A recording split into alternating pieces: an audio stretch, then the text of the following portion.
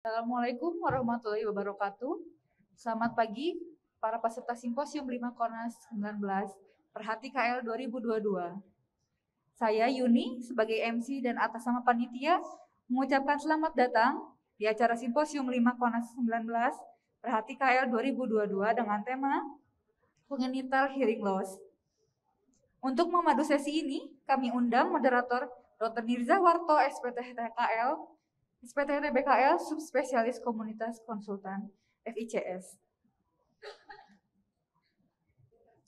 Kepada Dr. Mirjan Warto, SPTHT BKL, Subspesialis Komunitas Konsultan FICS, kami persilahkan untuk memulai acara.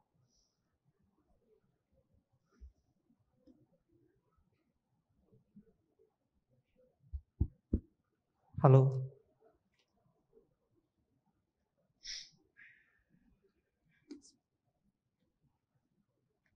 Halo. Tes.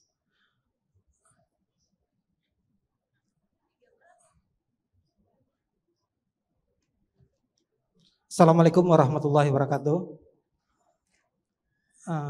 Di jadwal kita mulai jam 9:15 ya. Mungkin 1 menit untuk kalau ada tambahan nanti peserta yang hadir.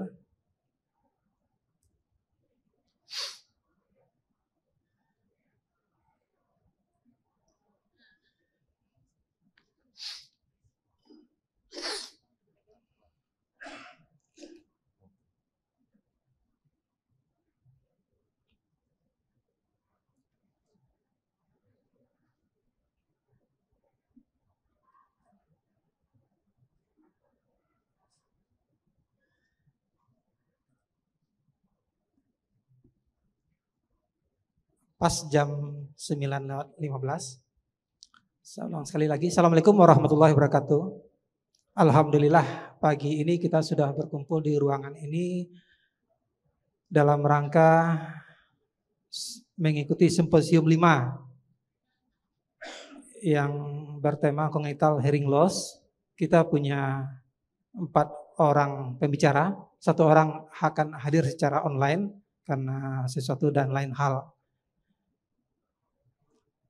Kita lihat pembicara, 3 orang sudah hadir di sini. Untuk tidak memperpanjang waktu, saya tidak akan berlama-lama di mukadimah. Kita beri kesempatan kepada pembicara pertama untuk menampilkan materi yang akan disampaikan, yaitu Dr. Nyilo Purnami, spesialis TKL, bedah kepala leher, subspesialis K di sini, dalam kurung K, FISCM. Pada Dr. Nyilo, silakan menempati posisinya. Dr. Nyilo, masing-masing pembicara mempunyai waktu 15 menit untuk berbicara. Silakan Dr. Nyilo.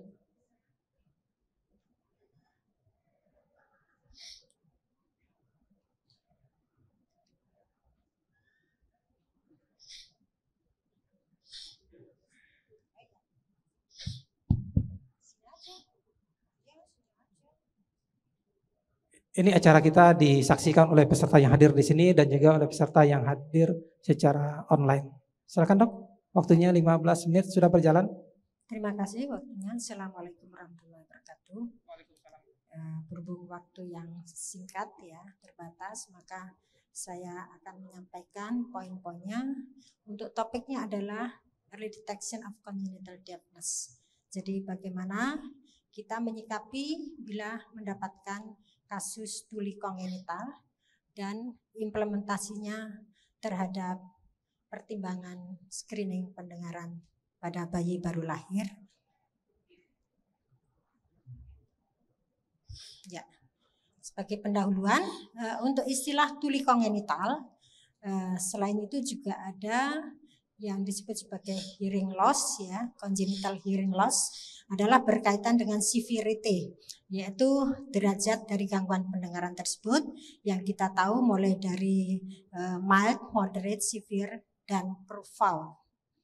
Dan congenital deafness itu mengarah pada sensory neural, di mana gangguan pendengarannya yang bersifat profound atau biasa kita sebut sebagai tuli kongenital, di mana terjadi patologinya pada koklea, sensori, dan pada saraf pendengaran, saraf auditoris, nervus 8 yaitu neuralnya, sehingga disebut sebagai sensori neural. Dan juga ada dari patologi di sentral, yaitu yang bisa disebut sebagai central hearing loss. Dan ini salah satunya auditory neuropati, ini termasuk yang sentral menurut kategori dari referensi. Kemudian kita perlu untuk mempertimbangkan penyebabnya, yaitu dari genetik, karena dikatakan genetik ini memiliki proporsi yang besar. Dan secara keseluruhan 2-3 dari bayi baru lahir itu mengalami tuli kongenital. Jadi untuk berapa banyak kejadiannya tinggal mengalihkan pada angka kelahiran di tiap daerah. Ya, ini prevalensi di dunia dan di Indonesia yang kelihatannya porsinya sedikit, tapi kalau sudah berkumpul kelihatan sekali sangat banyak ya. Dan tentunya akan berpengaruh pada masa depan mereka, kemandirian, pada kemampuan prestasi belajar di sekolah, dan utamanya nanti pada saat mencari pekerjaan itu menjadi tantangan karena harus bersaing juga dengan yang normal. Sehingga dikatakan kalau anak dengan tuli kongenital atau gangguan pendengaran sejak lahir bila tidak mendapatkan terapi intervensi secara dini, maka akan bisa ketinggalan dibandingkan anak yang normal. Nah, di sini bisa diketahui hereditary-nya 60% ya, dan pengaruh yang lainnya 26%, sedangkan yang terbanyak adalah non-sindromik, dan dari non-sindromik itu yang terbanyak adalah autosomal recessive. Jadi untuk melakukan assessment pada tuli kongenital perlu ditanyakan tentang riwayat gangguan pendengaran pada orang tua, pada keluarga. Itu karena porsinya cukup besar ya. Jadi selain hereditary, kemudian ada equine yang didapatkan, yaitu antara lain infeksi, kemudian selain genetik tersebut. Untuk itu kita perlu memutuskan atau menilai ya di mana letak lesinya, kemudian onsetnya, severity-nya, frekuensinya, progression dan simetrisnya, kanan kiri, bilateral atau unilateral. Nah, ini secara molekuler ya, di mana stereosilia itu ternyata sangat-sangat banyak protein yang bisa terjadi mutasi pada reseptor tingkat proteinnya, sehingga akan mengakibatkan potensial aksi di endolim itu bisa berubah karena kalsium, potasium pumpnya itu tidak bekerja dengan baik, sehingga tidak terjadi proses transduksi di koklea yang menyebabkan ketulian. Dan implementasinya nanti pada terapi, kalau misalnya dilakukan implantasi itu hasilnya lebih baik daripada gangguan yang lainnya. Di sini peran dari screening genetik. Jadi penyebabnya kalau kita kategorikan ada prenatal, perinatal, dan postnatal atau neonatalnya. Seperti kita sehari-hari melakukan assessment. Dan risk faktornya perlu diketahui bahwa bayi yang mengalami risiko tinggi maka akan perlu di follow up sampai usia 3 tahun sampai dia bisa berbicara ya dengan baik dan berbahasa dengan baik. Ini penyebabnya bisa postnatalnya meningitis, encephalitis, trauma, ya, infection, noise induced hearing loss dan sebagainya. Jadi risk factor ini penting untuk dipastikan untuk melakukan asesmen pada bayi tuli kongenital. Nah, rumusnya yaitu 136. Dalam 1 bulan itu harus dilakukan screening. Ya, hasil screening itu adalah pass atau refer, lulus atau tidak lulus.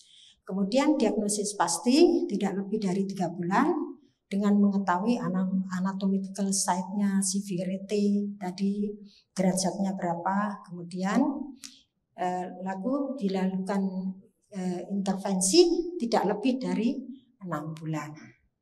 Setelah itu perlu assessment sesuai dengan usianya.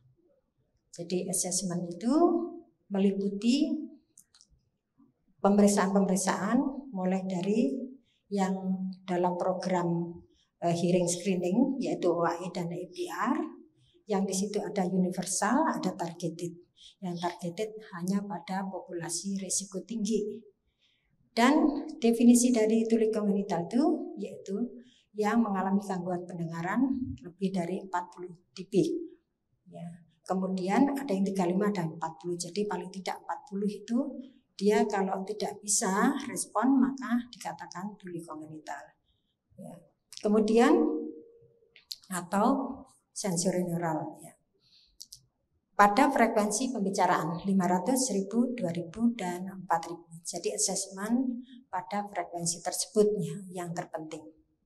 Nah, di sini alurnya setelah melakukan screening ya, setelah dilakukan screening, kemudian hasilnya pas river.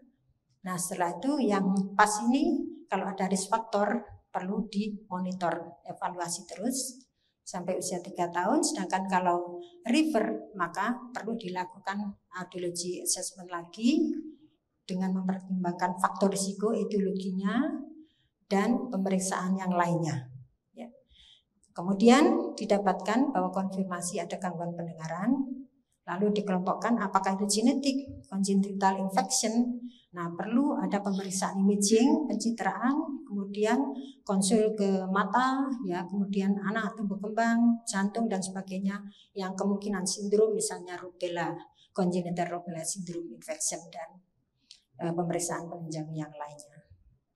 Nah, untuk itu maka ada 2 fase, ya, 2 tahap dalam screening gangguan pendengaran, yaitu bisa OAE 2 kali atau OAE dilanjut ABR atau ABR 2 kali untuk memastikan hasil screening pendengarannya. Nah, untuk assessment pendengarannya selalu ya kita melihat secara anatomi mulai dari luar, tengah dan dalam. Ya, dari luar kita melakukan otoskopi, melihat anatomi telinga, ada mikrotia enggak dan sebagainya. Kemudian telinga tengah kita melakukan asesmennya dengan timpanometri dan telinga bagian dalam dengan menggunakan pemeriksaan OAE dan ABR. Sehingga didapatkan hasilnya apakah derajatnya mild, moderate, severe dan profound. Setelah itu maka dilakukan tes fungsi yaitu behavioral audiometry. Ya, jadi dengan menggunakan pemeriksaan VRA, BUA, ya, noisemaker dan yang lainnya. Nah, untuk EBR ini sampai pada brainstem yaitu sebagai gold standard. Objektifnya ada 3 pemeriksaan yaitu dengan klik, kemudian tone burst dan juga cochlear microphonic untuk mengevaluasi respon dari kokleanya. Kemudian ada lagi yang stimulusnya pakai chirp. Nah, kemudian untuk ASSR ini yaitu bisa dinilai pada beberapa frekuensi secara simultan sehingga bisa mengetahui bahwa ada respon atau tidak. Kalau tidak ada respon disebutkan bahwa ya no use, jadi tidak ada manfaat untuk alat bantu dengar. Ya, dan sebagai prediksi nanti kalau dipakai alat bantu dengar bagaimana, bisa dengar enggak? Nah, itu dengan pemeriksaan ASSR ini paling enggak bisa memprediksi ya. Kemudian audiometri setelah usia 6 sampai 24 bulan ya dengan FROA ya 2 tahun sampai 4 tahun dengan play audiometri. Kemudian lebih dari itu sudah memakai audiometri yang biasa dilakukan. Ya, jadi di sini juga ada pemeriksaan genetic screening yang sudah kita cobakan dari beberapa penelitian sebelumnya, ya, dan hasilnya kita bisa menemukan beberapa mutasi. Nah, selain itu juga keterlambatan bicara penting sekali diketahui. Kalau anaknya datang lebih besar, maka pada fase-fase tertentu dia tidak bisa melewati perkembangan bicara. Ya. 6-9 bulan ya.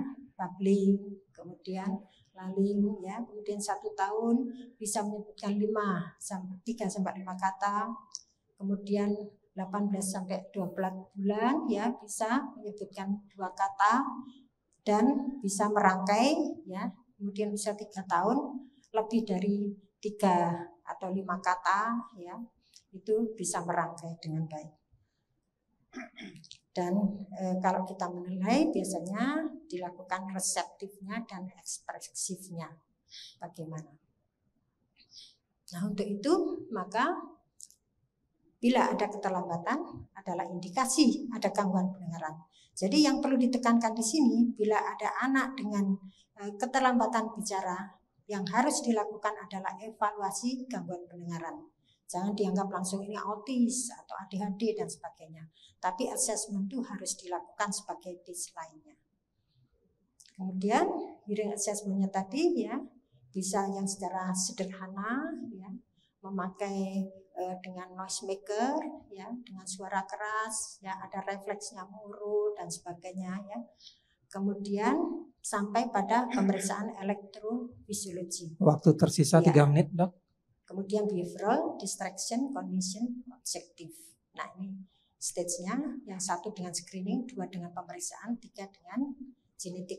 Nah, ini hasil dari pemeriksaan hibridisasi DNA ya.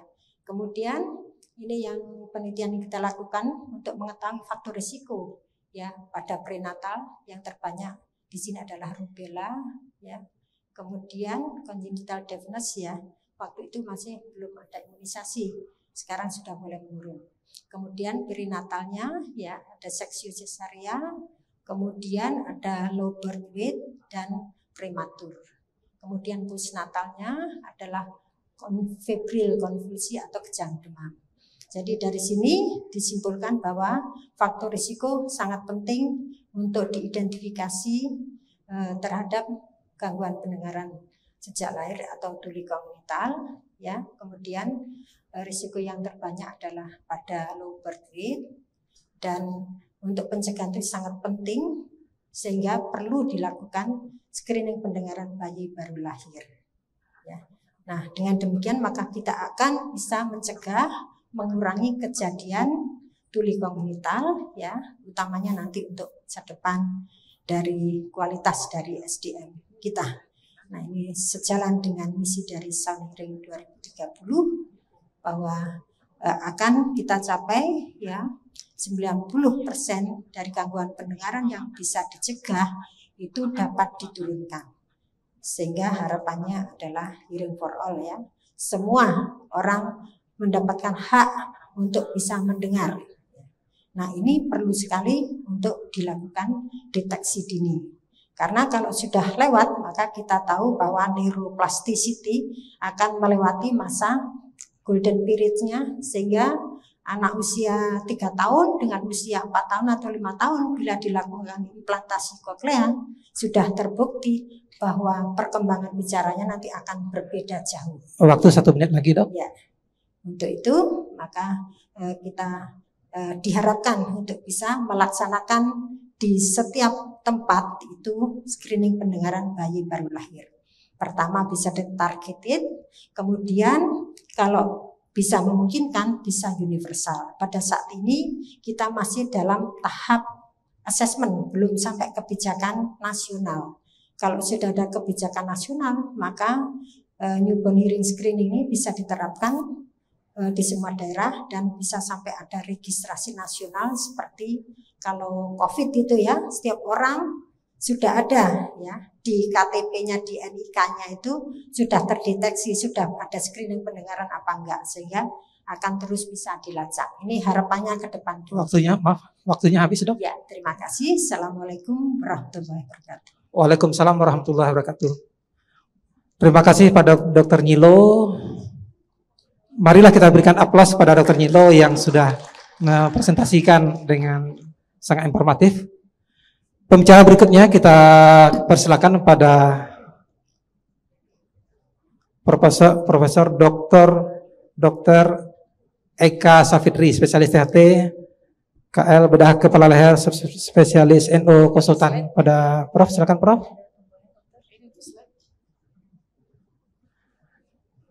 Tema mengenai tuli kongenital ini sebenarnya hal yang menarik karena sekarang setelah pasca pandemi ini kalau di Poli THT, minimal di Poli THT saya ini angka kunjungannya sangat melonjak. Malah saya sering menyatakan di 9 subbagian di tempat saya itu termasuk 3 besar kunjungan dari 9 sebagian. Jadi kemudian kebetulan saya di TT komunitas ini termasuk 3 besar. Silakan Prof. Assalamualaikum warahmatullahi wabarakatuh. Selamat pagi. Pada kesempatan ini saya akan membawakan mengenai early intervention in congenital deafness. Jadi intervensi dini ya pada gangguan pendengaran yang kongenital. Pada kongenital gangguan pendengaran tentu kita lihat adalah yang terbanyak adalah berat sampai profound, severe sampai profound, dan tentu biasanya pada kedua telinga, sehingga tentu berdampak sangat berat buat komunikasi karena kedua telinga terganggu. Kemudian pada beberapa tes yang digunakan untuk early detection ini oleh Newborn Hearing Screening Program itu adalah OAE dan BERA. Jadi ini yang digunakan. Kemudian dari data yang kami dapatkan dari penelitian retrospektif deskriptif, kami mengambil 2012 sampai 2022 dengan sampel 50 dengan ketulian sensori neural hearing loss yang kongenital. Yang tertinggi itu datang pada usia 24 sampai 48 bulan, yaitu 30 pasien, yaitu kurang lebih 60% dari jumlah kasus yang kami dapatkan, dan yang terbanyak adalah perempuan pada penelitian ini. Tentu kita sudah ketahui bahwa Joint Committee on Infant Hearing ini sudah sejak 2007 sudah mendukung bahwa early yang paling dini yaitu tidak sampai 1 bulan kita sudah harus mendeteksi, kemudian tidak sampai 3 bulan kita sudah harus memastikan, kemudian tidak sampai 6 bulan kita harus intervensi. Dengan begitu tentu banyak manfaat yang kita bisa dapatkan. Berdasarkan evidence base, indikator resiko yang bisa kita perhatikan untuk lebih memperhatikan screening awal, yaitu tentu bagaimana pengasuh anak-anak yang mulai melihat bahwa ada gangguan keterlambatan pada anak yang diasuhnya, tentu itu adalah informasi yang penting. Kemudian tentu riwayat keluarga yang ada gangguan pendengaran, kemudian tentu anak-anak yang di NICU. Nah, ini sudah kita lakukan untuk kerjasama dengan bagian anak sehingga anak-anak yang di NICU cepat dideteksi. Kemudian tentu ada infeksi yang sekarang ini yang sering adalah sitomegalovirus, herpes, rubella yang sering. Kalau rubella tentu trias rubella yaitu katarak pada bayi, tentu kita harus deteksi pendengarannya. Dan kemudian jantung itu yang tersering. Kemudian abnormal daripada kraniofasial. Jadi ada anak yang kecil kepalanya misalnya ya. Jadi itu harus dideteksi secara dini. Kemudian kita lihat dengan white forelock misalnya pada Wonderbird, jadi bayi-bayi tetapi ada uban di rambutnya, itu adalah sindrom anomali. Jadi kita harus sindrom ini secepatnya kita tentukan apakah Waardenburg. Tidak semua ada gangguan pendengaran sensori neural, tetapi bisa ditemukan. Kemudian tentu sindrom yang lain, kemudian neurodegenerative disorder. Kemudian kita lihat misalnya infeksi dengan kultur yang positif dihubungkan dengan sensori neural, termasuk misalnya penyebabnya bakteri atau virus pada meningitis, itu bisa menyebabkan gangguan pendengaran. Kemudian trauma-trauma kepala, kemudian skull base yang dibutuhkan hospitalisasi, jadi perawatan. Kemudian kemoterapi, jadi pasien yang dilakukan kemoterapi. Kemudian early detection ini tentu kita lihat ya bahwa intinya secepatnya sehingga tentu perkembangan bahasa dan skill komunikasinya itu tentu sepadan dengan kemampuan kognitifnya. Jadi ini perlu kita sedini mungkin melakukannya. Dan tentu sebelum umur 3 tahun secepatnya kita mendeteksi, kemudian memberikan, sudah harus ada alat bantu dengar dengan tentu habilitasi. Jadi tentu dia sudah bisa karena kemampuan plastisitas otak itu sangat bagus pada usia tahun pertama, kemudian bagus tahun ketiga. Jadi sangat bagus sampai umur setahun ya. Tentu tadi alatnya yang digunakan adalah OAE ini sudah yang pertama mendemonstrasikan alat ini yaitu David Kemp ya yang ini. Kemudian di sini tentu kita sudah tahu bahwa mendeteksi outer hair cell ya pada untuk kohlea. Kemudian kohlea OAE ini tentu yang kita gunakan ada DPOAE dan ada TEOAE. Kalau TEOAE ini dihasilkan oleh Klik dan Tonbers, kemudian yang DPOAE ini dua continuous pure tones digunakan. Kemudian TEOAE ini perbedaannya yaitu bisa untuk outer hair cell menilai aktivitas outer hair cell 500 sampai 4000 Hz. Apabila refer artinya ada gangguan pada outer hair cell, artinya bahwa gangguan sensori neural lebih atau sama dengan 30 dB untuk TEOAE. Jadi ini bisa kita lihat di sini.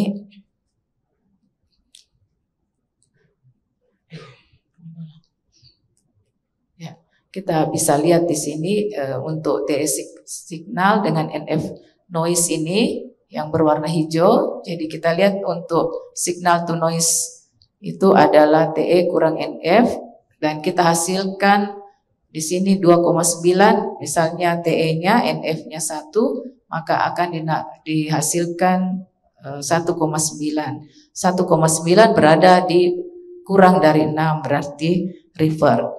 Refer dinyatakan seluruhnya itu refer apabila 3 atau lebih yang refer. Kalau cuma 1 tidak ya. Jadi 3 atau lebih refernya baru kita mengatakan refer secara kumulatif. Nah, untuk DPOAE bedanya yaitu bisa kita mendeteksi 500 sampai 8000 Hz dan bisa juga kita ubah alatnya untuk bisa sampai 12.000 Hz. Biasanya kita mempunyai audiometri ya hanya sampai 8.000 dan kalau pada orang dewasa kita lakukan DPOAE kita bisa mencapai sampai 12.000. Jadi pada alat DPOAE bisa kita setel untuk bisa sampai frekuensi 12.000. Apabila hasilnya refer itu kita artikan bahwa kehilangan pendengarannya itu yaitu derajatnya lebih dari 40 desibel. Jadi kita cuma tahu bahwa dia lebih dari 40 desibel sehingga kita memerlukan lagi BERA untuk memastikan berapa di atas 40 desibel tersebut. Nah, ini gambaran daripada OAE yang dihasilkan. Ya. Jadi ini salah satu contoh screening pendengaran. Jadi kita melihat di sini bahwa di sini semua lebih dari 6 ya. Jadi signal to noise-nya jadi lebih dari 6 berarti ini pas. Kalau dia dapat 2 saja berarti kita tidak bisa mengatakan dia pas tetapi cenderung refer dan bisa kita ulang lagi sampai 3 kali. Apabila ruangan tidak ada noise, tidak ada tanda noise di atas alat maka kita simpulkan bahwa dia refer. Aplikasi klinik pada pemeriksaan OAE ini adalah tentu screening, kemudian untuk membedakan apakah dia kelainan kohlea atau retrokohlea.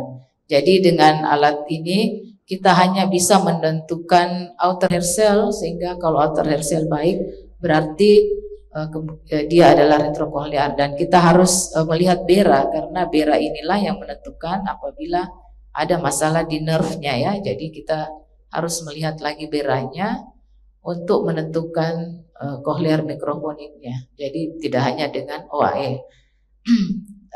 Ini kita lihat ya di sini bahwa tentu tetap kita harus gunakan EBR untuk melihat ya setelah kita mendapatkan bahwa misalnya dia adalah OAE-nya pas misalnya, maka kita harus juga melihat berapa ya, bagaimana refleksnya, kemudian bagaimana dengan BERA. Jadi BERA untuk menentukan ambang dengarnya.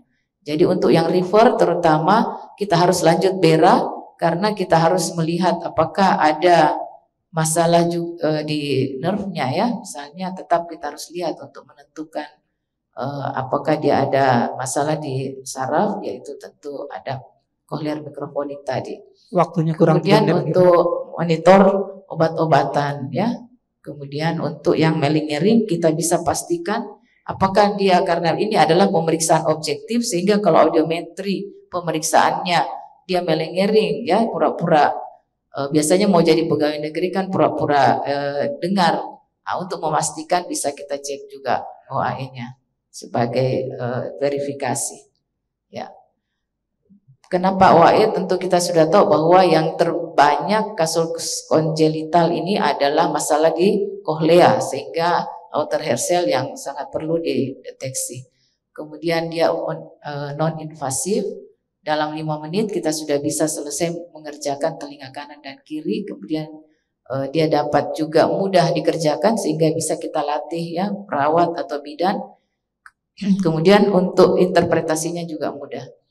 Kemudian apa saja yang penilaian audiologi untuk pediatrik, yaitu behavioral, kita penting lihat ya observation apakah ada kelainan lain, kemudian dengan VRA, CPA atau pediatric speech test, kemudian yang acoustic imitance yaitu timpanometri tadi dengan refleks, kemudian OAE, kemudian elektrofisiologi audiometri yaitu IBR dengan ISSR. Jadi setelah kita tahu ambang dengarnya, maka kita pastikan tiap frekuensi berapa ambang dengarnya dengan ISSR. Ini adalah contoh VRA, jadi kita berikan bunyi, maka pasien anak ini akan melihat ke cahaya. Ya. Ini adalah gambaran IBR. Jadi untuk menilainya tentu kita lihat saja peak yang paling terakhir ya, itu adalah gelombang 5 untuk memudahkan. Kemudian setelah kita pastikan maka kita menggunakan alat bantu dengar ya, kita pastikan dia gangguan pendengaran. Manfaat daripada alat bantu dengar tentu suara ya yang dihasilkan. Jadi dia akan membantu oral communication yaitu lisan, baca lisan, mendengar dengan secara lisan. Kemudian kemampuan untuk mendengar percakapan lewat telepon. Tetapi ada limitasinya, yaitu tidak bisa menormalkan pendengaran. Jadi dengan alat bantu dengar tentu tidak bisa menyembuhkan istilahnya ya, tidak bisa menormalkan. Kemudian semua kita harus kasih tahu pasien bahwa semua suara di sekitarnya akan didengar. Yang dulunya tidak didengar, sekarang didengar semua ya. Misalnya bicara dengan satu orang tapi sekitarnya ada yang bersuara, tentu semua akan didengar. Kemudian harus supaya adaptasi ya. Kemudian waktunya habis, Prof. Ya. Kemudian tentu untuk yang berat dan sangat berat kita gunakan implan cochlea ya. Jadi tentu kandidasinya kita tentukan yang berat dan sangat berat. Nah, ini adalah salah satu contoh. Prof, waktunya kita ada bicara berikutnya, Prof. Jadi ini adalah salah satu anak dengan umur 2,5 tahun dilakukan plastikan, kemudian dilakukan pertama alat bantu dengar, setelah itu di FFT dengan 100 desibel ambang dengar tiap frekuensi. Dia hanya bisa mendapatkan 80 desibel saja, sehingga suara di sekitarnya orang tuanya rata-rata 50 desibel tidak terdengar ya, sehingga dilakukan implan cochlea. Setelah dilakukan implan cochlea, dilakukan EVT selama 2 tahun, maka ini adalah salah satu contoh hasil dari intervensi juga yang dini ya. Jadi pasien bisa berbicara dengan jelas. Saya kira cukup sekian karena waktu. Assalamualaikum warahmatullahi wabarakatuh. Terima kasih, Prof. Waalaikumsalam warahmatullahi wabarakatuh. Terima kasih pada Prof. Eka. Mari kita berikan aplaus pada Dr. Eka, Prof. Eka. Pembicara ketiga kita akan hadir secara Zoom. Panitia, sudah siap? Bisa ditampilkan? Pembicara ketiga kita adalah Dr. Dr. Eka, Dr. Yusa, siapa namanya?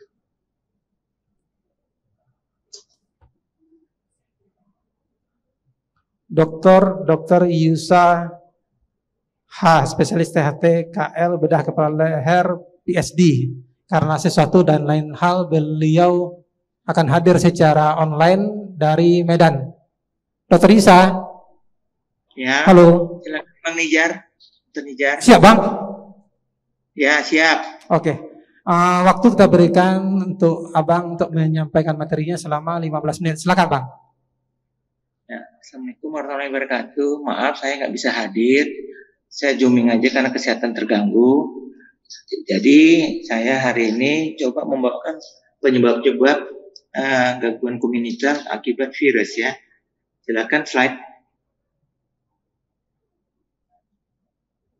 Karena kita tahu bahwa di seluruh daerah termasuk di kota kita banyak kasus-kasus ya, hampir 50% penyebab tuli sensori ini akibat virus ya.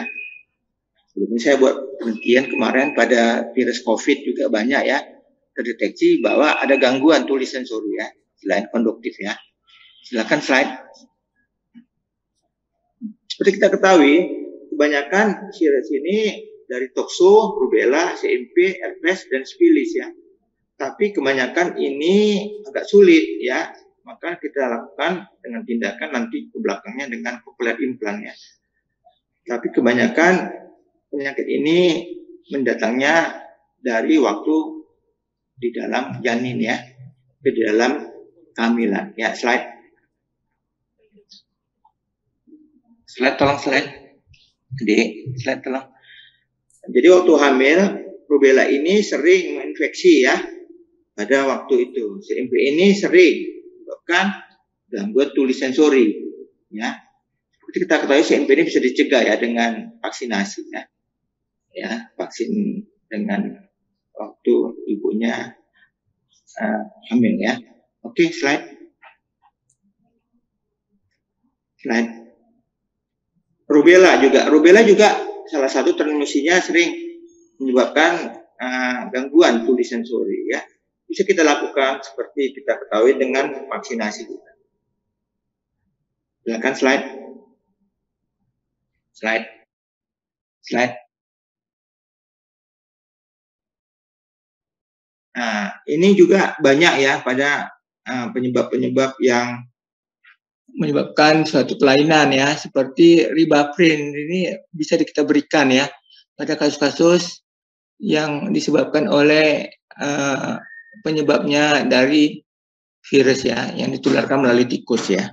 Ya, silakan slide. Kebanyakan gejalanya banyak gangguan seperti gangguan pendengaran ya, ada tinnitus ya, ada gangguan di pada wajah dan proses-proses kelainan infeksi lainnya, termasuk virus ya. Oke, slide. Bisa kita lakukan dengan pemeriksaan infeksi, ya, kita periksa darah, ya. Boleh kita lakukan juga pemeriksaan audiometri, pemeriksaan sebelumnya, ya, dengan OAE, dengan BERA juga boleh kita menilai kelainan. Oke, next slide.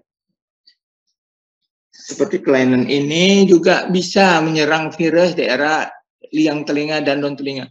Tapi kita juga harus mengetahui juga gangguan-gangguan yang ada di gejala lain ya, seperti ada gangguan menelan, gangguan demam, itu juga bisa kita lihat dengan pemeriksaan awal ya, pemeriksaan THT ya. Itu mengikuti dengan gejala adanya prodromal virus ini ya, seperti sakit kepala. Ya, silakan slide. Bisa diberikan dengan pengobatan ya, dengan mencegah, dengan antiviral, dengan antibiotik, boleh kita berikan ya. Seperti ada gejala-gejala encefalitis ya, boleh kita berikan. Atau kita vaksin dengan ASP1, dengan ASP2. Ya, slide. Di sini biasanya juga yang perlu kita waspadai pada anak-anak yang menderita atau orang tuanya kena cacar ya, kalau istilahnya rubella ya. Bisa kita berikan juga dengan vaksinasi sebelumnya ya. Gejalanya biasanya sering demam, batuk, seperti pilek ya. Ada gangguan daerah wajah ya, gangguan ini biasanya pada anak-anak yang awal-awal dia masih balita dan batita, harus kita waspadai bahwa mungkin tertular waktu masa janin. Ini bisa menyebabkan kelainan pada penyakit rubella syndrome. Oke, next. Seperti kita ketahui, boleh kita vaksin dengan vaksin MMR ya, yang sudah disosialisasi. Ya, kita berikan dulu ya, sampai umur 12 dan 15 bulan ya. Kemudian nanti dosis keduanya kita berikan pada umur 4 sampai 6 tahun ya. Oke. Setelah itu baru kita follow up apakah dengan profilaksis tadi terbentuknya suatu imunoglobulin ya. Boleh kita terapi dengan terapi lain, bilangnya dengan kalau udah terkena boleh kita lakukan pemeriksaan BRA, kemudian kita lakukan habilitasi atau habitasi. Kita bisa lihat apakah habilitasi tadi perlu dengan menggunakan alat bantu dengar. Oke, right. Seperti infeksi pada ini bisa bersamaan dengan suatu penyakit yang disebut dengan otosklerosis atau kekakuan tulang ya. Itu bisa kita minta tindakan teman sejawat untuk melakukan tindakan operatif ya untuk otosklerosis ya. Apakah terjadi gangguan pada daerah tulang stapes ya. Oke, yuk silakan slide. Begitu juga virus yang ditularkan melalui virus varicella zoster. Ini sering juga menjadi gangguan ya. Nah, ini juga harus kita waspadai ya virus-virus ini. Ya, oke. Dengan adanya ini frekuensinya banyak, boleh kita berikan dengan satu pengobatan awal ya, antiviral dan pengobatan lanjutan ya. Kita cek juga apakah ada kelainan di ABR atau BRA. Kita lihat gangguan dari retrokokleanya. Oke, next. Treatment kita berikan juga dengan pemberian H2O juga boleh, kortikosteroid boleh, apa kita berikan obat-obat lain pun boleh untuk mencegah suatu labirin. Kita berikan suatu terapi seperti Varivax ya pada usia 12 bulan kita berikan ya. Kemudian kita nilai apakah ada perbaikan atau tidak. Oke, next. MAMS juga salah satu dari golongan famili Pixovirus, itu sering menyebabkan ya satu gangguan tuli sensori neural. Oke, next. Vaksin boleh kita berikan sebanyak 3 kali ya, dosis pada umur 12 bulan, berikan 4 sampai 6 tahun boleh kita berikan, dan dosis lanjutan nanti setelah anaknya di atas umur 10 tahun ya, taman SD pun boleh kita berikan. Untuk mencegah gangguan ini kita harus lebih waspada. Oke, next. Ini lagi yang menurut saya ini masih sedikit ya, virus yang disebabkan oleh nyamuk. Tapi ada ya yang harus kita waspadain. Apakah sekarang nyamuk ini bisa juga menyebabkan suatu virus ya? Contohnya yang kita waspadai DBD itu bisa menyebabkan suatu gangguan pendengaran juga. Terutama pada gangguan tuli ya, tuli sensori neural. Boleh kita cek gitu ya, untuk kita awasin ya keluarga kita apakah ada terkena atau tidak. Oke, lanjut. Terima kasih, hatur nuhun pisan. Waktunya masih ada 3 menit lagi, masih ada yang mau disampaikan Bang? Jadi yang harus kita waspadain seperti kemarin COVID. Saya buat satu penelitian COVID. COVID itu suatu virus yang menyerang pada saluran napas, tapi efek yang ditimbulkan selain dia tuli konduktif juga bisa tuli sensori. Jadi kebanyakan tuli-tuli yang didapat di masyarakat menganggap bahwa COVID ini bisa menyerang kemana-mana. Memang betul, jadi harus kita waspadai dengan adanya kelainan pada tuli sensori neural. Mungkin itu aja Dr. Nijar yang saya sampaikan. Oke, terima kasih pada Dr. Yisa. Marilah kita berikan tepuk tangan yang meriah pada Dr. Yisa yang dengan keadaannya yang berhalangan masih bersemangat untuk menyampaikan materinya. Terima kasih Bang Isa, semoga cepat sembuh. Terima kasih. Ya, alhamdulillah. Terima kasih. Waktu masih tersisa 2 menit lagi, tidak apa-apa. Kita lanjut pada pembicara yang keempat, yaitu Dr. Riyuda Erlangga, spesialis THT KL bedah kepala leher spesialis komunitas konsultan. Silakan Dok. Waktu yang sama.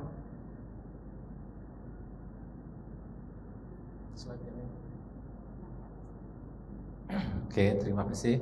Assalamualaikum warahmatullahi wabarakatuh. Salam sejahtera untuk kita semua. Selamat datang di THT Komunitas di modulnya salah satunya. Saya coba akan menjelaskan ini satu bagian dari modul yang kita ajarkan pada residen sebenarnya, dan kita memang sudah sering melakukannya, yaitu pemeriksaan gangguan resonansi pada hiper dan hiponasal dengan menggunakan nasal lens. Seperti kita ketahui, resonansi ini memang harus kita nilai dengan cara kita melihat suara yang keluar dari, sebagai kita punya generator dari paru-paru itu kita lihat suara akan keluar melalui pita suara, dari pita suara akan masuk ke dalam resonansi. Resonansinya itu menyangkut anatomi, baik lewat hidung dan lewat mulut, ditambah bantuan dari lidah. Nah, apabila ini sangat kerjasama dengan baik, akan membuat suara itu akan baik. Ditambah juga dengan kontrol dari saraf-saraf berbicara. Nah, dulu nih kita ambil dari modul juga dari komunitas. Resonansi merupakan suatu kualitas suara yang dihasilkan oleh faring, kafum oris, dan kafum nasi. Ukuran dan sudut kavitas resonansi tersebut memberi kualitas suara dari resonansi. Jadi untuk konsonan MN dan nyeh, ini ada nyehnya satu, itu adalah konsonan-konsonan yang kita harus melibatkan bersuara melalui hidung. Jadi kalau kita lihat kan, kalau pasien-pasien kita dengan suara sengau, misalnya dengan hipertrofi adenoid, si anasofaring pasti suaranya sengau. Nah, kita kan kejar apa suara tersebut, kita tidak hanya bisa mendengar, jadi kita bisa menilai dengan secara objektif dengan alat-alat tertentu, dengan suara yang dihasilkan apakah sesuai suara dari hidung dan suara dari mulut.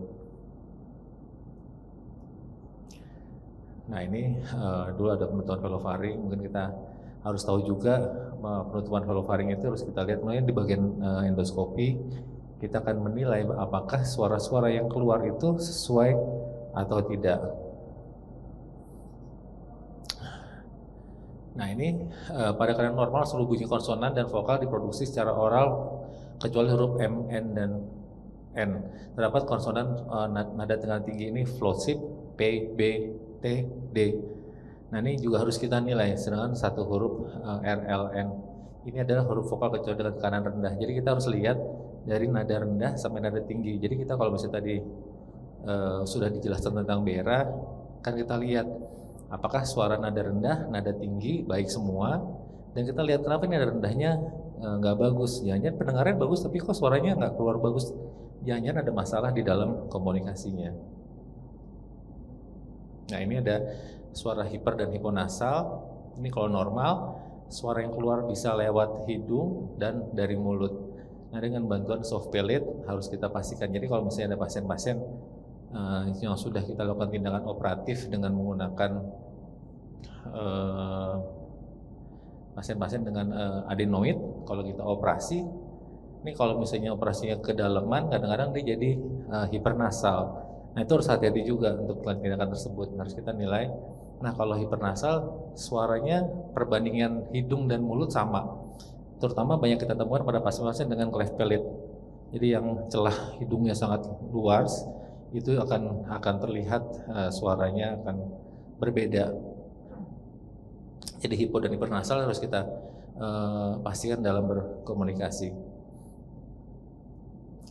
Nah, ini rumusnya nasal dibanding nasal tambah oral kali 100%. Ini adalah energi akustik yang kita nilai. Jadi perbandingannya 1 dibanding 1. Nasal dibanding nasal tambah oral dikali 100%. Itu akan terlihat dia apakah dia akan hipernasal, hiponasal, atau suaranya bergabung. Nah, ini suara yang tadi mungkin kita lewatkan. Kecil banget ya. Ya, ini keluhannya nih hiper dan hiponasal, insusiensi velofaring, penyebabnya penyakit dasar seperti septum deviasi. Kalau hiponasal hipertrofi adenoid, pilek, polip, atau adanya KNF atau ada tumor. Ini tadi juga sudah, jadi kita harus punya resonatornya, vibratornya, dan resonatornya. Jadi power source-nya apa? Jadi kalau dia tidak bisa berkomunikasi, pasti kita komunikasi konsul ke bagian pulmonologi untuk memastikan paru-parunya baik. Kalau vibrator kita bisa lihat apakah produksi pergerakan pita suaranya sangat baik atau tidak, dan resonatornya juga harus kita nilai. Nah, ini mungkin sistem-sistemnya harus kita nilai semuanya untuk memproduksi suara tersebut. Penilaiannya kita akan menilai suara yang keluar dari mulut sama dari hidung, harus kita nilai nih dengan caranya dengan oral microphone, dengan nasal microphone. Nah, kita akan menilai. Nah, ini ada contohnya. Ini pasien dengan Ayo kita baca sebuah cerita kisah seekor gajah kecil serta kutu besar. Hari cerah, awal tertib, seekor gajah kecil tidur lelap di udara, terbuka seekor kutu besar ada di dekat belalai gajah. Dia bikin itu pipa air sebab agak basah-basah. Kaki-kaki kutu besar bergerak, gajah cepat, gajah kecil gatal belalai tertiup, hore, dia membaca satu tulisan yang isinya huruf hiponasal dan hipernasal. Kutu jatuh keluar, ada apa beda pipa itu? Pikir si kutu uji gajahnya ada di luar, dia lihat itu adalah belalai. Jadi dia kalau kita lihat hasilnya dia 15% dia normal. Ayo kita baca sebuah cerita kisah seekor gajah kecil. Nah, ini uji sengau. Kita lihat yang hiponasal. Inilah memanggil neneknya dengan nama Nenek Mimi. Menegak, mengeong dan memang memori menang. Hurufnya apa gitu nggak jelas, tapi memang semua katanya mengandung huruf konsonan M, N, Eng. Mahmud, pemimpin kami, mimpi minta minum semalam. Jadi huruf-hurufnya memang huruf-huruf hiponasal. Ternyata gambarannya dia ada hasil, ternyata hasilnya 29% dari hiponasal. Jadi sebenarnya alat ini bisa kita gunakan untuk menilai keberhasilan kita pada saat operasi adenoid misalnya, atau operasi kalau ini pada pasien KNF. Jadi beliau setelah 33 kali disinar atau di kemoterapi, hasilnya tetap bagus nggak? Kita lihat setelah itu. Jadi kita punya hasil yang keberhasilan terapi kita, tumornya seperti apa, karena mereka pasti akan menilai itu juga. Inilah memanggil neneknya. Ini tadi operasinya. Ini efek-efeknya. Waktunya 3 menit lagi, Dok. Ya, siap. Jadi kita untuk bicara itu kadang-kadang harus kita nilai juga pasien dengan gangguan pendengaran. Ini kalau gangguan resonansi ini adalah banyak. Ini salah satunya adalah gangguan pendengaran. Kita bisa pakai pada nasal deformity, pada lidah yang pendek, ada lubang di palatum, gangguan gigi banyak nih kita lakukan. Jadi kita memang kerjasama dengan bagian gigi mulut, bagian tubuh kembang, dan bagian rehabilitasi untuk memastikan suara yang keluar juga cukup baik atau tidak. Nah, ini tadi hiponasal dan hiponasal. Hipernasal terlalu banyak udara yang keluar melalui hidung, dia nggak bisa ngomong huruf S, B, K. Penyebabnya ini tadi, sebagai kita ingatkan lagi, kalau hiponasal dia tidak terlalu sedikit udara yang keluar dari hidung, nggak bisa ngomong huruf M, N, Eng, nya. Jadi kalau misalnya kadang-kadang kalau saya nggak bisa ngomong apa-apa nih kalau misalnya suaranya tertutup, gitu kan. Jadi memang hurufnya nasalnya, kalau kita pilek juga bisa sih sebenarnya. Nah, ini pemeriksaan dengan tadi nasal lens. Ini sangat murah dan mudah dan cepat sekali pemeriksaannya. Ini dilakukan dulu, ada alatnya namanya sejarahnya Panto 70, dilakukan oleh orang luar yang kebetulan datang ke rumah sakit kami tahun 90 sekian, 94. Namanya nasal lens. Ini tadi rumus-rumusnya. Nah, ini alatnya kalau kita lihat seperti ini, mungkin dokter Ruli juga pakai ya, dokter Ruli ya. Tapi udah rusak kalau nggak salah ya.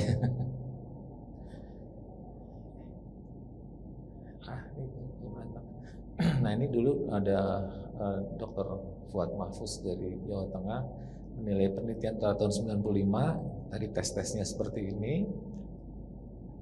Nah ini Fletcher 94 kebetulan datang ke RSM, jadi sekarang alat ini sudah ada di RSM dan kita sudah renew lagi alatnya, dan ini kita harus ajarkan ke para peserta didik kita untuk tidak hanya menilai hasil operasi, tapi juga hasil komunikasi dan yang dikeluarkan.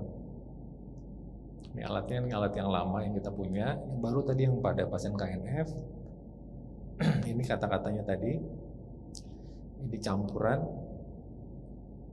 Tadi yang dibaca si Bapak tadi ada roller coaster, sikutu, ada huruf SBK-nya tadi, ada kata-katanya SBK.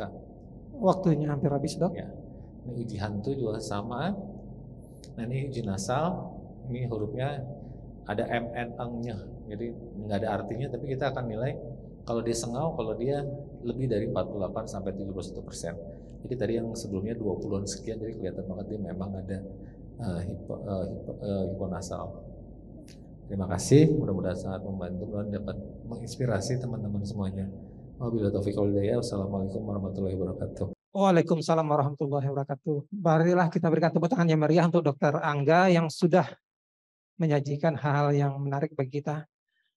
Baiklah, kepada para pembicara, Dr. yang Yusa hadir juga ya. Prof, Dr. Angga sama Dr. Gilo silakan di depan.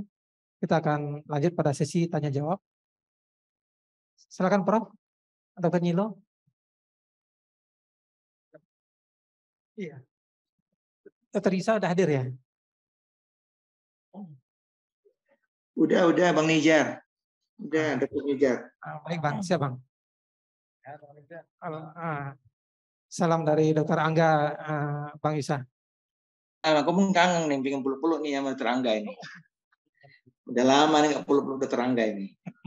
Fotonya masih berdua ini sering kami sama Dr. Angga. Siap kan, Bang Angga? Siap. Alhamdulillah. Silakan Prof. Kelihatannya sehat. Iya, tapi nggak datang. Pada para peserta, baik yang hadir secara offline ataupun yang online, kita buka sesi tanya jawab. Jika ada yang ingin bertanya, silakan langsung berdiri dan menyampaikan pertanyaannya. Pada yang hadir secara online, silakan ditulis di chatnya. Silakan.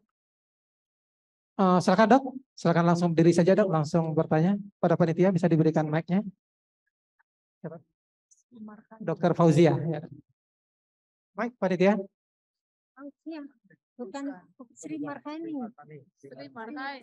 Assalamualaikum warahmatullahi wabarakatuh. Waalaikumsalam warahmatullahi wabarakatuh. Cukup menarik sebenarnya lihatnya komunitas ini yang sangat yang ingin saya tanyakan kepada Dr. Angga. Setelah kita mengetahui, setelah pasien ini kita ketahui hiponasal atau hipernasal, tindak lanjutnya gimana Dok? Apakah keberhasilannya untuk mengembalikan pembicaraannya atau bagaimana? Terima kasih. Supaya lebih menarik, saya rasa langsung dijawab saja supaya tidak kelupaan. Silakan Dr. Angga. Terima kasih Dok. Jadi memang kita sebagai tool untuk menilai, misalnya pada pasien-pasien dengan pasca operasi cleft palate. Jadi setelah dilihat, kok ternyata masih hipernasal nih. Jadi kita akan kembalikan, kalau kami kan memang divisi, jadi kita akan kembalikan ke bagian plastik rekonstruksi untuk memanjangkan ultrans dari velofaringealnya. Nah, kalau misalnya, tapi harus kita pasien dulu setelah kita lakukan terapi bicara dan rehabilitasi medis sudah optimal tapi tidak bisa optimal juga. Jadi kita punya datanya, udah kita lihat biasanya untuk merubah 1-5%, nah itu butuh waktu 3 bulan.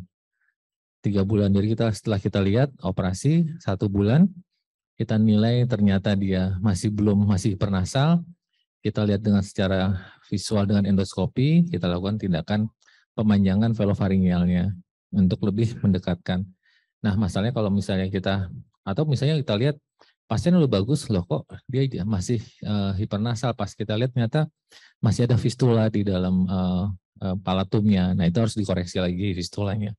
Jadi kita memang kita harus sebenarnya dengan alat ini kita secara mudah kita bisa lihat sudah membaik atau belum hiper dan hiponasalnya.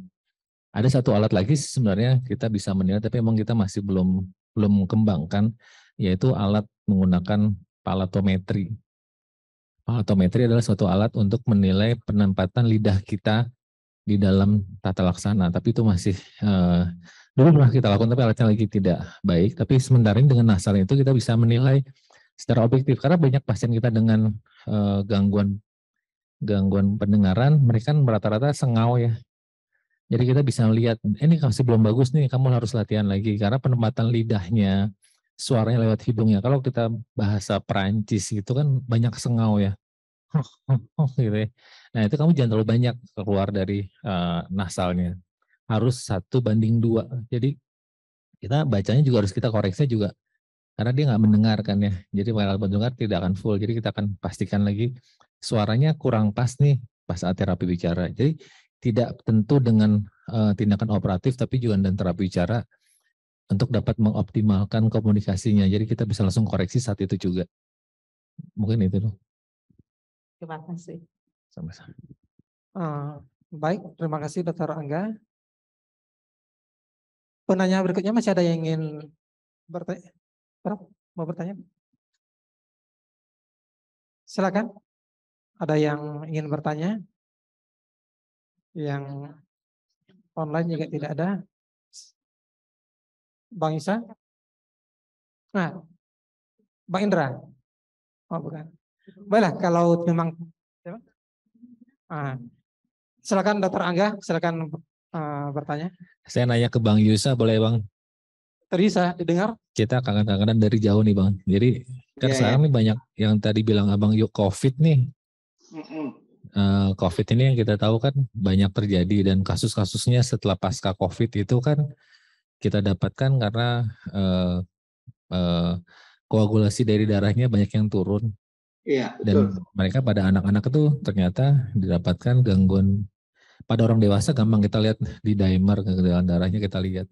Tapi pada anak apa yang harus kita antisipasi nih Bang Yusa? Karena kan apa kita sama aja kita cek koagulasinya, apakah kita harus lihat yang lain-lainnya, kan kadang-kadang apa yang harus kita antisipasi nih, karena kasus COVID masih ada ternyata nih Bang. Terima kasih. Ya, makasih Bang Angga, maaf nggak bisa hadir. Jadi saya jawab aja pengalaman kami waktu penelitian kemarin, waktu saya bawa Pito kemarin. Memang di dimernya juga ada kelainan itu, sama kelainan darah yang lain itu kelainan koagulasinya. Jadi dia biasanya lebih kental tuh darah. Ya. Seperti kasus yang saya derita juga, ini iskemik ini saya. Jadi darahnya lebih kental, jadi itu mengganggu sirkulasi ke dalam daerah jaras pendengaran kita, makanya bisa juga terjadi tuli sensori neural. Ya, jadi kebanyakan itu ya pada anak-anak tetap dilakukan pemeriksaan darah sama di dimer, dan kita lakukan pemeriksaan audiometri dan BRA, Dr. Angga. Mungkin itu yang bisa saya jawab, Dr. Angga. Makasih. Terima kasih Bang Yusa. Ya, makasih Dr. Angga. Masih ada yang ingin bertanya? Memang kejadian COVID ini membawa banyak perubahan pada kehidupan kita, termasuk penyakit-penyakit yang baru kita ketahui. Seperti tadi juga ada penelitian pemakaian masker, ternyata N95 ini ada penelitiannya dari jurnalnya, ternyata menimbulkan gangguan pada outer hair cell. Jadi hati-hati, pemakaian N95 juga menimbulkan gangguan pada telinga dalam. Itu sudah ada penelitiannya. Tidak ada yang bertanya? Baiklah, kalau tidak ada yang bertanya kita tutup saja karena kita akan masuk pada... masih ada yang bertanya? Ya, silakan.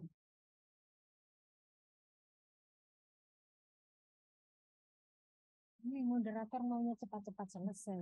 Iya. Masih ada yang tanya lagi. Izin bertanya Dok, untuk melanjutkan pertanyaan yang tadi, yang kasus-kasus suara sengau, hipernasal maupun hiponasal. Untuk koreksi kita kan terbatas dengan alat Dok. Adakah cara lain misalnya dengan lihat huruf konsonannya atau dengan pasase udaranya yang mungkin beberapa kasus yang post adenektomi ataupun mungkin yang gangguan neuromuskularnya, dok. Terus sejauh mana kita menunggu untuk rehabilitasi ataupun untuk dikoreksi ke bagian yang lebih khusus. Terus yang kedua mungkin untuk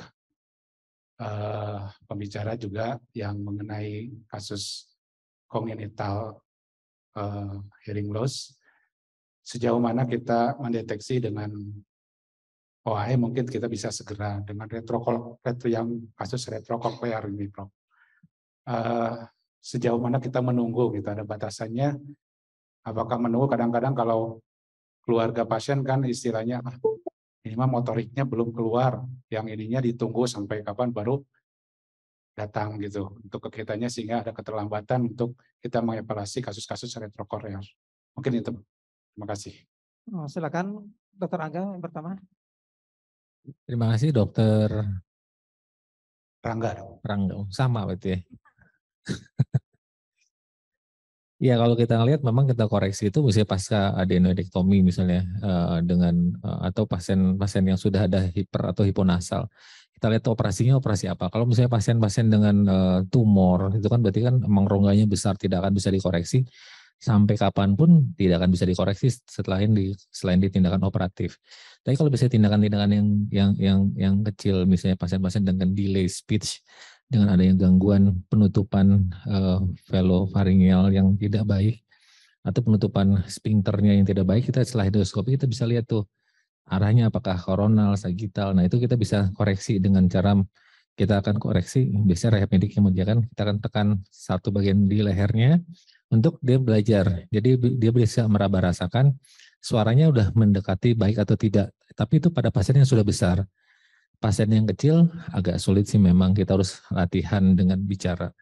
Nah tadi juga misalnya koreksi-koreksi dengan hiperhiponasal, kita lihat sampai sejauh mana setelah dilakukan koreksi, biasanya setelah tindakan operatif perbaikan lukanya baik, 1 bulanan kita mulai lakukan pemeriksaan hipo dan hipernasal. Apabila sudah dilakukan rehabilitasi medis dengan terapi bicara yang baik, tidak ada pengaruhnya, masih presentasinya masih tetap sekian persen. Kalau misalnya ada dengan nasal yang tadi dengan 3 atau 5% ada perbaikan, walaupun kedengaran dari kita secara subjektifnya sama aja, itu ada perbaikan tuh, berarti udah arahnya udah benar. Tapi kalau misalnya kita lihat kok nggak banyak 1-2% aja nih, kita harus pikirkan, kita harus endoskopi, kita nilai apa penutupannya tetap baik atau tidak. Nah itu yang kadang-kadang agak sulit kalau kita dengan cara objektif. Tapi secara subjektif kita bisa ngerekam sih, kita bisa merekam sebelum operatif seperti ini, setelah operatif seperti ini, setelah terapi seperti ini. Jadi kita lihat perbedaannya dengan rekaman-rekaman perbandingannya. Nah kalau pakai rekaman ada juga caranya dengan alatnya, memang ada khusus dengan analisa suara, mungkin di komputer suka ada, kita ngelihat nih sama nggak dengan suara rata-rata yang sama posisinya. Nah itu kalau misalnya sama berarti kan tidak ada perbaikan secara subjektif. Jadi kita harus endoskopi lagi, kita lihat lagi setelah 3 bulan. Tapi kalau misalnya udah 3 bulan atau hampir 6 bulan dan tidak ada perubahan, kita mungkin harus berpikirkan jangan-jangan memang tidak ada terapinya mungkin belum baik, atau bisa jadi memang tidak harus ada tindakan korektif. Kayak misalnya tadi pertanyaan pasien dengan tongue tie, pasien dengan tongue tie itu kan apa harus dioperasi? Sekarang ada kontroversi bagian anak dan bagian THT. Selama dia minumnya bagus, bagian anak sih biasanya fine aja. Tapi kita ngelihat apakah dia bisa mengucapkan huruf resonansi dengan baik atau tidak kalau versi THT. Kalau kami cenderung kalau dia ucapannya baik, misalnya mau ngomong huruf L berarti kan atasnya harus nyampe. Nah kalau dia nggak bisa berarti kan dia harus kita koreksi. Nah seperti itu sih sebenarnya, jadi terkait dengan ucapan-ucapan konsonan yang bisa diucapkan. Karena kan dia pasti terikat banget.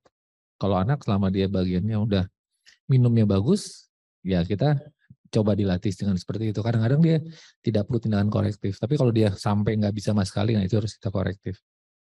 Mungkin itu. Terima kasih. Rangga. Berikutnya Prof. Eka, silakan Prof. Pertanyaannya mengenai retrokoklea tadi. Dengar.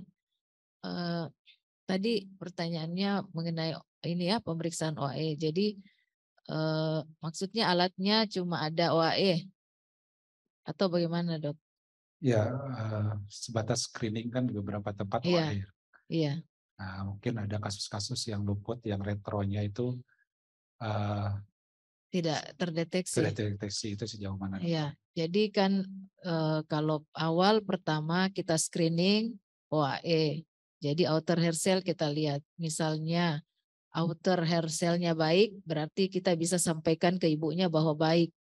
Tetapi kalau dia refer hasilnya berarti kita simpan ya. Artinya kita tidak sampaikan hasilnya karena tentu kalau screening belum kita bersihkan liang telinga dengan baik dan belum mungkin kita evaluasi telinga tengahnya. Karena bisa juga karena telinga tengah ada cairan bisa hasilnya refer ya. Padahal bukan karena outer hair cell. Jadi kalau dia refer masih ada pemeriksaan yang perlu ditambahkan yaitu timpanometri untuk melihat telinga tengah. Kemudian tentu kotoran misalnya kalau ada vernix ya misalnya bayi masih ada vernix. Jadi kita minta untuk evaluasi kembali sebelum 1 bulan. Setelah kita pastikan misalnya OAE refer ya. Kemudian tidak ada telinga tengah masalah, berarti timpanometri ini normal, tipe A. Setelah itu kita cuma punya OAE, OAE refer, berarti kita melihat refleks. Jadi setelah timpano itu ada refleks. Refleksnya bagaimana? Apakah muncul? Kalau dia muncul misalnya ya di intensitas 80 desibel, berarti normal karena dikurang 70 yang normalnya berarti 10 desibel anak itu punya kira-kira ambang dengarnya ya. Kalau dia dikasih 100 kemudian ada itu ini ya. Jadi kurang lebih dia di bawah 30. Jadi kalau 80 ada itu kita sudah bisa bilang baik ya karena 10 desibel kan berarti normal di bawah 25. Nah, untuk itu memang kalau ini kita bisa miss dengan masalah di nerve-nya. Itu saja. Tetapi di nerve-nya itu memang sedikit kasusnya ya, kurang lebih 10-20%. Yang terbanyak kan masalah di kohlea 80%. Tetapi kita lihat tentu kalau tidak punya alat sama sekali BERA ya tentu kita mungkin FFT prefill test saja dengan speaker dimasukkan audiometer ke speaker. Jadi nanti kita bisa evaluasi anak itu duduk, hanya memang kita mengevaluasinya tidak bisa membedakan telinga kanan atau kiri karena dua-dua terbuka. Jadi kita lihat, kita berikan misalnya 60 desibel, kita lihat apakah anak itu respon. Karena ada ukurannya, Dok ya. Jadi kalau tidak ada kita naikkan lagi sampai dia ada respon. Berarti di situ kita melihat bahwa kemungkinan dia ada gangguan. Misalnya dia tadi sudah cocok misalnya refer, kemudian ini kita lihat 80 desibel misalnya baru ada respon. Berarti dia tentu kita menganalisa bahwa dia adalah masalah di kohlea. Tetapi tadi untuk nerve-nya, neuropati auditori saja ini yang sedikit kasusnya, tetapi ini yang perlu BERA. Jadi nanti kalau kita lihat tidak cocok ataupun misalnya dia hasilnya OAE refer, tetapi ternyata kita FFT, dia respon di 30 desibel, berarti kan kita menganggap bahwa tidak cocok ya karena refer OAE, tapi respon baik. Itu kan kita tanda tanya. Sebaiknya dokter memang merujuk untuk BERA karena harus dilihat apakah ada gambaran kohlear mikrofonik, ya harus dilihat lagi BERA-nya. Kemudian kan OAE ini hanya menentukan outer hair cell, tidak bilang bahwa dia adalah tes pendengaran yang secara utuh. Jadi kita harus tahu ambang dengarnya seberapa. Ya, tetapi tentu untuk alat bantu dengar kita harus sesuaikan dengan prefill test yang kita dapatkan, yaitu pemeriksaan subjektifnya. Dia bisa dengar 30 desibel, kemudian dia misalnya dari BERA dia 100, tapi ada kohlear mikrofonik. Tentu penanganan intervensinya kita sesuaikan dengan yang FFT. Seperti itu, Dok. Jadi memang yang dilema ini adalah inner auditory nerve, yang itu yang bisa miss di sini.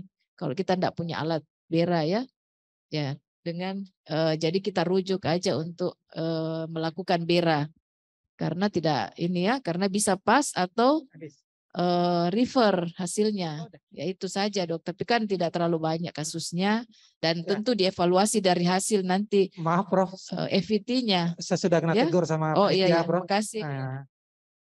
Dr. Angga, mungkin saya rasa cukup. Ntar kalau mau kelanjutannya mungkin bisa secara personal nanti.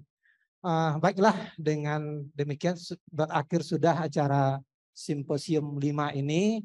Dan marilah kita berikan tepuk tangan yang meriah kepada seluruh pembicara kita.